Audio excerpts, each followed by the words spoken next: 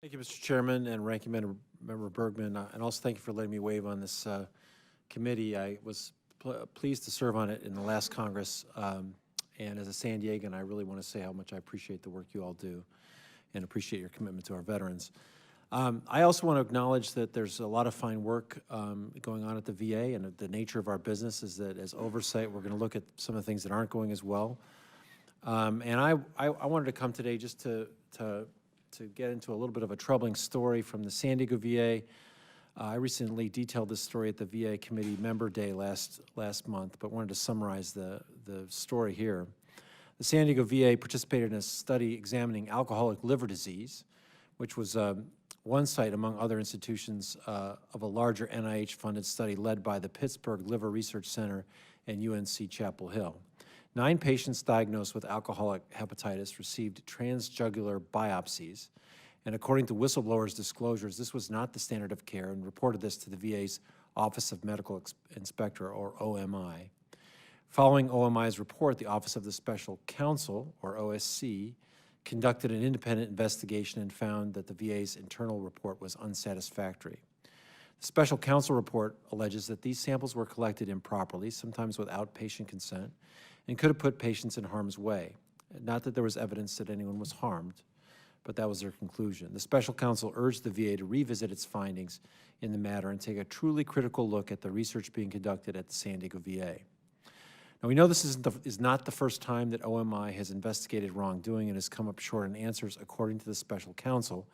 According to data provided by iNewsSource, which is a San Diego news outlet who's broke the story, when the Office of Special Counsel reviews OMI report, 16% of them are found unreasonable, which is more often than other executive agencies. My colleagues here will remember the clinical neglect at the Manchester VA, which has been mentioned. The Special Counsel also find OMI's reports in that instance to be unsatisfactory. Again, no recorded cases of risking patient safety in this instance. This story presents a case, though, that could have consequences in other settings, especially for VA medical centers that conduct research on site. We want them to do that. We want them to pair with academic institutions. So my goal is to strengthen the investigatory bodies that handle these types of allegations so that these things don't come up.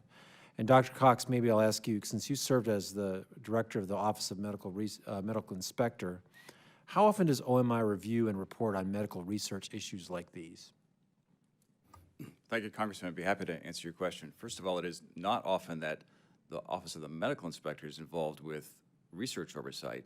VA is unique in having a separate and independent Office of Research Oversight, ORO, which participated with the Office of the Medical Inspector in that San Diego review. And if I may, I just would like to clarify the sequence of events that you described about the liver research case. The 2 whistleblowers at the San Diego VA Medical Center, to whom we're very grateful for bringing these concerns forward, went to the Office of Special Counsel. Right? They asserted themselves as whistleblowers with OSC. Through the standard statutorily guided process, the Special Counsel of the United States referred the matter to the Secretary of VA, who has then assigned it to the Office of the Medical Inspector for investigation. OMI does dozens of these whistleblower investigations every year, and they are part of our independent internal assurance and oversight capability. That they are the entity that can go into any VA medical center and conduct an investigation and collect evidence to determine whether the whistleblower's allegations are substantiated or not. As you indicated, when OMI did the initial report, the initial investigation and wrote a report of that investigation at San Diego, they failed to substantiate the whistleblower's concerns. And the reason for that, it later became apparent, is that at least one key witness was not truthful, was not forthcoming with information that when we later found out about that, took it upon ourselves to go back, conduct a second visit, a second investigation. This is after OSC had closed the initial case and said it was not reasonable.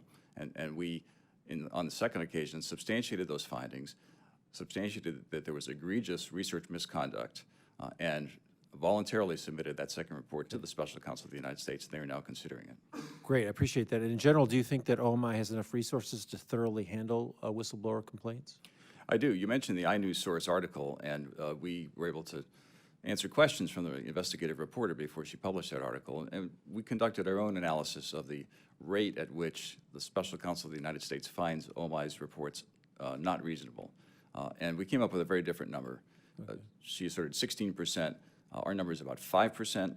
That track record actually has substantially improved since 2014 when the Office of the Medical Inspector was restructured, and we added additional staff since then, so I believe that the staffing levels are now at I'm out of time, but to the extent you'd like to supplement your answers in writing, I would certainly appreciate that. Again, appreciate you all being here. Thank you. very happy to. Thank I you. yield back.